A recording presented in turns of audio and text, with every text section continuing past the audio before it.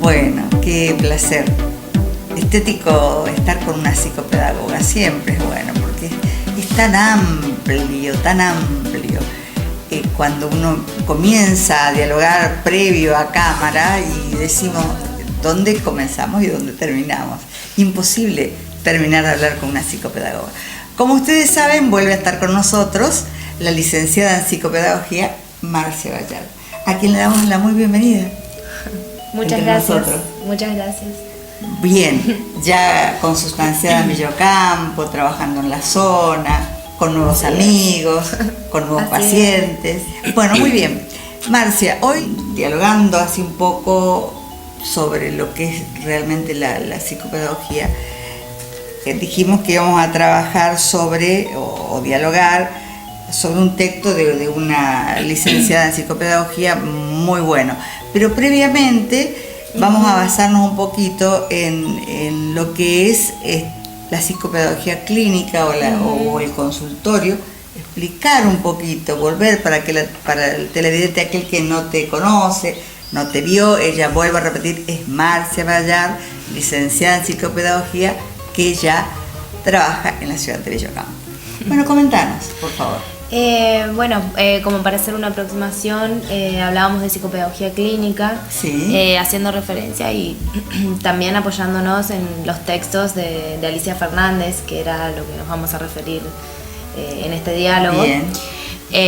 Un poco la psicopedagogía clínica hace referencia a una postura o a un modo de leer las situaciones y de intervenir, es decir, de venir entre, dice Alicia Fernández, y sin interferir. Específicamente también atiende a una demanda que se relaciona con el aprendizaje, con las problemáticas en el aprendizaje, y si bien hay diferentes posturas, posicionamientos y fundamentos respecto al objeto de conocimiento, respecto al modo de trabajar, todas estas posturas coinciden en que el psicopedagogo trabaja con el aprender y sus fracturas. ¿Y su fractura? Sí, específicamente, digamos, hace referencia, usa ciertos términos, digamos. Sí, elige algunos términos. Y siempre se considera que el aprendizaje se va a dar en una relación con un otro. Como habíamos dicho hoy, implica necesariamente a seres humanos que están enseñando y que están aprendiendo. ¿Y esos seres humanos Esos seres humanos, en principio, digamos, aprenden, o el medio con el cual aprenden, digamos, es por medio del cuerpo. Como hablábamos hoy, en un principio, o se habla de un organismo transformado a través del deseo y de la inteligencia. Ya no es un organismo puro, digamos, o un sustrato biológico solamente, sino que es transformado y humanizado, y es lo que llamamos cuerpo, digamos, lo que aprendemos a través de este cuerpo. Que el aprendizaje, por lo tanto, tiene un carácter intersubjetivo, se da entre dos subjetividades. Perfecto. Por eso la interrelación, la intersubjetividad, el otro. El otro, yo y el otro. Bien. Comenzaríamos con los términos que elige Alicia Fernández, como terminaste de decir recién, en este capítulo de... ¿Cómo se denomina el capítulo que has elegido para trabajar hoy? Aprender es casi tan lindo como jugar. Aprender es casi tan lindo como jugar. Si lo tomaríamos todos a eso, qué maravilloso sería en todas las etapas de la vida. Bueno, así que elige algunos términos que ella va a ir abordando en este proceso de enseñanza-aprendizaje, y estuve viendo en los apuntes que elige términos como enseñante, aprendiente. ¿Es así? Claro, específicamente ella habla de lugares o de posiciones en los cuales tomamos o adoptamos. No habla específicamente de docente, de alumno, sino que habla de posición enseñante, aprendiente, como lugares, digamos, que al mismo tiempo pueden ser, los podemos canjear, por decirlo de alguna manera. Un enseñante puede ser también un aprendiente, y no necesariamente es un docente, puede ser un familiar, un compañero, un igual. La vida misma en su devenir y con los otros. Claro. O sea, por lo general, cuando se habla de psicopedagogía, siempre se concentra la psicopedagogía en el proceso enseñanza-aprendizaje en la escuela. Pero hay todo, es un mito. Claro, bueno, y justamente el texto cuando, bueno, un poquito para adelantarnos, digamos, Alicia Fernández toma un diálogo, escucha un diálogo entre dos nenas, y para que una mayor le intenta explicar a otra qué es aprender. Y lo hace tomando un ejemplo que es cuando el padre le enseña a andar en bicicleta, que forma parte de un aprendizaje. Lo que hablábamos en un principio, del aprendizaje asistemático. Hay un texto ahí que ella elige. Sí, me gustaría que yo lo lea. Sí, lo puedes leer. Cómo no, con mucho gusto. Alicia Fernández se recibió en la Universidad de El Salvador, en Buenos Aires. Es muy conocida, se la escucha mucho. Bueno, Alicia Fernández en su texto dice que hay dos niñas, ¿no? Hermanitas. Una se llama Silvina, que dice: me voy a aprender a nadar. Dice Silvina con la alegría de sus 6 años, recién cumpliditos. ¿Vas a nadar?, interviene la hermana menor de 3 añitos. No, voy a aprender a nadar. Yo también voy a jugar a la pileta. La hermanita de 6 años le contesta: no es lo mismo. Yo voy a aprender a nadar, dice Silvina, ¿no es cierto? ¿Qué es aprender?, pregunta la niña de 3 años. Aprender es como cuando papá me enseñó a andar en bicicleta, ¿te acordás? Entonces, le cuenta la hermana mayor de 6 años a la de 3, entonces papá me dio una bici más chiquita que la de él, me ayudó a subir. La bici sola se cae, la tenés que sostener andando. A mí me da miedo sin ruedita, dice la niña de 3 años. Y sí, dice Silvina, la mayor, un poco de miedo da, pero papá sostenía la bici. No se subió a su bici grande, a su bicicleta grande, y dijo: así se anda en bici. No, él se puso a correr a mi lado, siempre sosteniendo la bici. Muchos días y días haciendo lo mismo.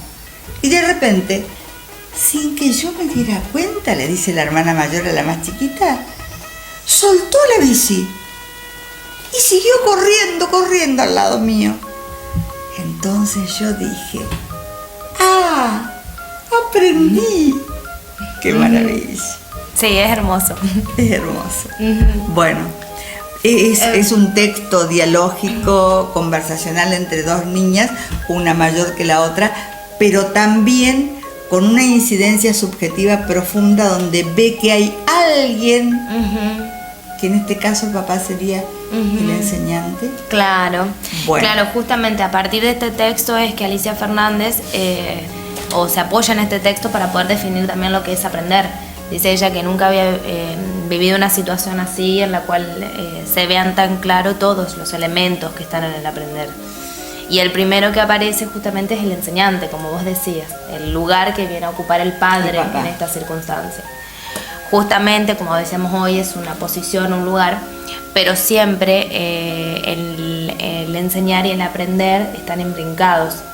La nena, para poder explicarle a la menor qué era aprender, necesitó nombrar primero a quien enseñó. Por eso ella dice: papá me enseñó a andar en bici, y termina diciendo: yo aprendí. Ese es, para el psicoanálisis, el primer elemento que aparece, es el otro. Dice Alicia Fernández que entre el enseñante y el aprendiente se abre entre ellos un campo, que es un campo de diferencias entre uno y otro. Y en ese campo es donde se sitúa el placer por aprender. ¿Por qué? Porque el enseñante entrega algo, pero para que el aprendiente pueda apropiarse de ello, necesita inventarlo, necesita reinventarlo. Reinventar, o sea, el aprendiente reinventa lo que el enseñante le dio. Le en realidad, justamente, el en enseñante no conjunto. ofrece el objeto de conocimiento, sino que lo que ofrece son las herramientas. Como decía, por ejemplo, el padre, la bicicleta. Claro, el padre no le da el saber andar, no le ofrece el andar, sino que lo que le ofrece es una bici más chica que la de él, o sea, adaptada a las posibilidades de este otro, que es el aprendiente, que sería Silvina. Qué complejidad. Digamos, claro, bueno, ahí ya nos vamos metiendo un poquito en cada uno de los elementos que ella analiza. Claro, muy bien. ¿Y entonces? Bueno, y me parece muy importante tener en cuenta que en este espacio que se genera tiene lugar la experiencia de alegría, que es muy importante cómo se posicione el enseñante, porque justamente puede facilitar o no estas experiencias de aprendizaje. Porque esta experiencia de alegría hace referencia a la autoría, o sea, justamente como construye ese conocimiento, se hace autor, es un sujeto autor, este aprendiente. Bueno, y ahí vemos la importancia que tiene la persona en sí misma, la persona enseñante, porque hoy vemos que los niños aprenden de la televisión, de la computadora. Claro. Bueno, y ahí es cuando se deja de lado la singularidad de este enseñante, digamos. Se aleja un poco ese enseñante. Claro, porque lo que toman roles importantes aquellos elementos, como por ejemplo que están en la televisión, y los chicos hasta repiten las palabras con la tonalidad del mensaje que reciben, ¿no? Claro, justamente porque más importante que lo que se enseña es el molde relacional, porque es el enseñante el que va imprimiendo la subjetividad del aprendiente, digamos. Entonces, más importante que el contenido enseñado, o sea, cuando enseña muestra, más importante que lo que el enseñante muestra es ese espacio que pueda abrir para que se genere este aprendizaje, para que el sujeto pueda construirlo y al mismo tiempo se construya a sí mismo como sujeto pensante, como sujeto creativo. Pero es necesario que el enseñante le dé lugar a que tome esa posición como ser pensante y que le dé la posibilidad de ser aprendiente. Si volvemos al ejemplo del diálogo de las niñas y que el padre le da la bici, la acompaña a su lado, en este caso es un enseñante visible, un enseñante activo, un enseñante corpóreo, ¿no? Y eso es fundamental, que si lo trasladamos al proceso de aprendizaje en el aula, la maestra es corpórea, es activa, es dinámica, es sonriente, es la que juega, la que se enoja, es el ser, es el otro. Sí, bien, justamente. Muy bien. Sí. Y siguiendo con lo que dice Alicia Fernández, ¿qué más podemos aportar respecto a esta primera parte de este capítulo, que lo vamos a dividir en 3 sesiones de entre nosotros? Bueno, muy importante me parece, o por lo menos también lo que personalmente me llegó, es que sostiene que este enseñante debe querer y creer que el aprendiente puede aprender, porque solamente creyendo y queriendo es que crea esas condiciones. Es por eso que Alicia Fernández hace todo como un juego de verbos, de palabras. Por ejemplo, crear las condiciones propicias de enseñanza y aprendizaje, digamos. Claro. No condicionar, como dice Alicia Fernández, que las herramientas sean adaptadas a las posibilidades de este otro, que cuando se evalúe no se evalúe solamente el resultado de lo que se conoce, porque ella dice que el sujeto es un sujeto autor y que puede descubrir la autoría. ¿Qué significa? Tiene una alegría, digamos, por este aprendizaje, y eso es lo que permanece, es el plus de la autoría.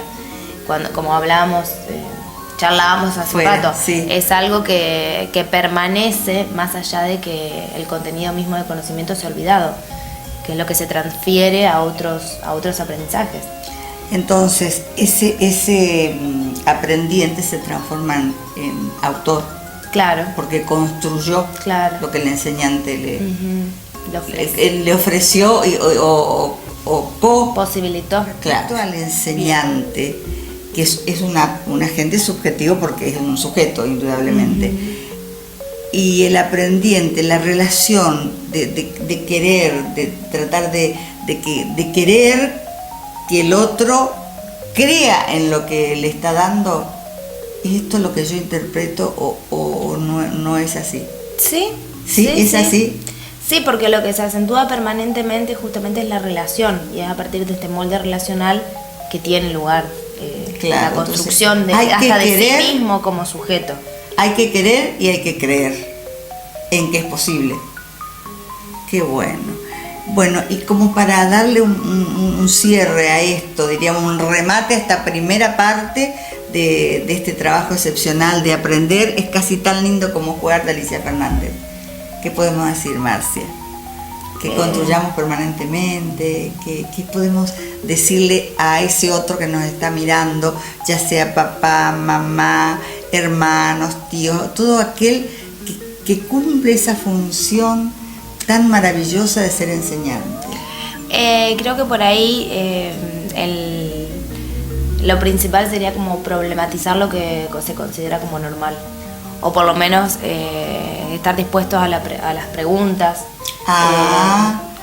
poder tolerar la duda, tener en cuenta que solamente vamos a avanzar también, como dice Alicia Fernández, en nuestros propios aprendizajes por medio de poder tener un contacto con nuestra carencia, con nuestra ignorancia. O sea, solo en la medida que reconocemos que hay carencia y que salimos de esa omnipotencia es que podemos seguir aprendiendo. Claro, porque nosotros como enseñantes, los adultos, creemos que lo que decimos es y no nos preguntamos. Claro. Vamos, estamos con el acierto. Claro, intentamos siempre porque es como algo normal que se supone que debemos conocerlo o debemos saber porque somos adultos o porque somos docentes o porque... Y en realidad no es así, porque para poder ser enseñante, dice Alicia Fernández, es necesario ser un buen aprendiente, porque el deseo de enseñar emerge del deseo de aprender. Continuamente. Entonces, bueno, para cerrar esta primera parte de este capítulo, podemos decir que debemos construirnos permanentemente todos. Y así continuaremos las emisiones de Entre Nosotros con la licenciada en psicopedagogía Marcia Ballar, que siempre es muy bienvenida. Muchísimas gracias por estos aportes tan significativos, Marcia. Entre Nosotros.